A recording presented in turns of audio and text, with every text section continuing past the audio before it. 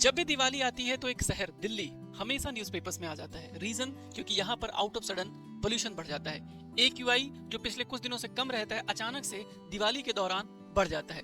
इसी पर supreme court का अभी डिसीजन आया है। चीफ जस्टिस ऑफ इंडिया ने कहा है कि सिर्फ दिवाली नहीं, अमृतसर में भी अचानक से पोल्यूशन बढ़ जाता है। तो ऐसे में पटाखों को बैन सिर्फ दिल्ली में नहीं पूरे भारत में कर देना चाहिए अगर इससे ही पोल्यूशन रुकता है तो। ऐसा कुछ उनका स्टैंड है। क्या डिसीजन आया है देखने की कोशिश करते हैं कि NCR में ग्रीन पटाखे फोड़ने की अनुमति दी गई है सुप्रीम कोर्ट के द्वारा। सुप्रीम कोर्ट ने कहा है कि 18 तारीख से लेकर 21 अक्टूबर के बीच में आप ग्रीन पटाखे जो ग्रीन क्रैकर्स होते हैं आप उनको फोड़ सकते हैं। ग्रीन क्रैकर्स कम पोल्यूशन करते हैं, कम नॉइज करते हैं ट्रेडिशनल क्रैकर्स की कंपैरिजन में।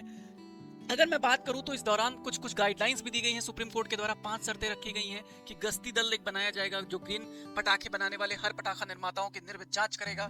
QR कोड लगेगा। NCR क्षेत्र से बाहर कोई भी पटाखा लाने की इजाजत नहीं होगी उस एरिया में। बाहर से नकली पटाखे अगर पाए जाते हैं तो लाइसेंस रद्द होगा। AQI की लगातार निगरानी की जाएगी। ये सारे जो है शर्तें रखी गई हैं सुप्रीम कोर्ट के द्वारा जिससे दिल्ली में ग्रीन पटाखे जो है इस बार दिवाली में दागे जा सके।